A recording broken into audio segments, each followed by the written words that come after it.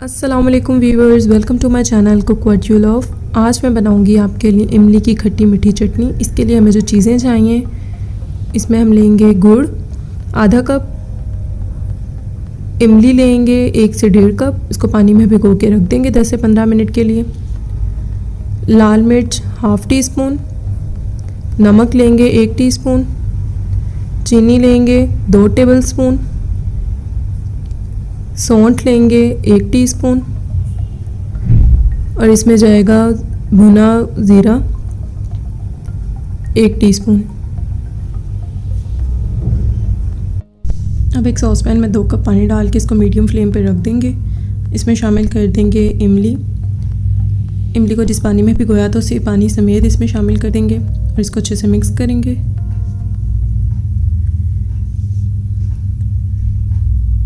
इसको 2 से 3 मिनट पकने के लिए रख देंगे जब तक इसमें उबाल आ जाएगा। अब इसमें उबाल आ गया, इसको मज़ीद 1 से 2 मिनट पकाएंगे। अब फ्लेम ऑफ कर देंगे, इसको थोड़ी सी देर ठंडा होने के लिए रख देंगे। अब एक बाउल लेंगे, इसके ऊपर एक जाली रख देंगे, इसमें इमली का पानी डाल देंगे। इसमें से हमने इमली की गिटकें अलग कर लेनी है और इसका पल्प अलग करना है।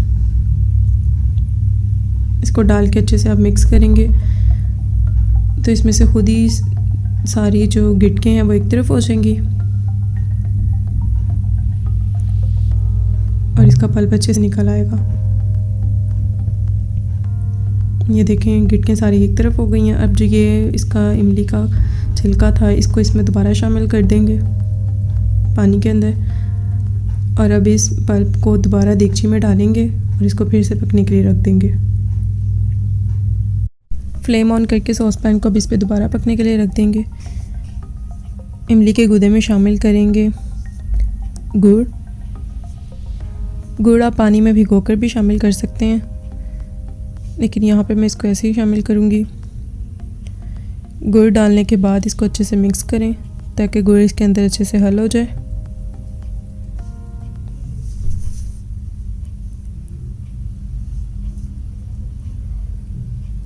गुड़ को मिक्स करने के बाद अब इसमें शामिल करेंगे चीनी, नमक और लाल मिर्चें भी शामिल कर देंगे। इसको मिक्स कर लेंगे अच्छे से। अब हम इसमें शामिल करेंगे सौंठ, भुना हुआ ज़ीरा।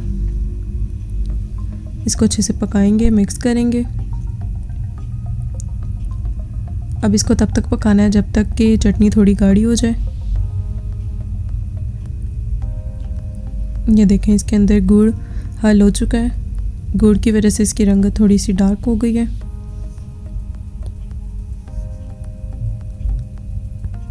इसको अच्छे से मिक्स करेंगे, 2 से 3 मिनट इसको मज़ीद पकाएंगे। जब ये थोड़ा गाढ़ा होने लगेगा तो इसको हम निकाल लेंगे।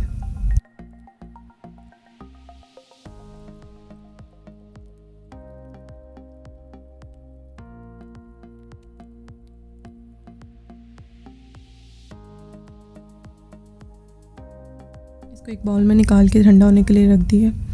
जब ये थोड़ा ठंडा हो जाएगा तो इसको ग्राइंडर में डाल के ग्राइंड कर लेंगे ताकि ये सब चीज़ें इसके अंदर अच्छे से मिक्स हो जाए। मज़ेदार ये खट्टी मीठी इमली की चटनी तैयार है।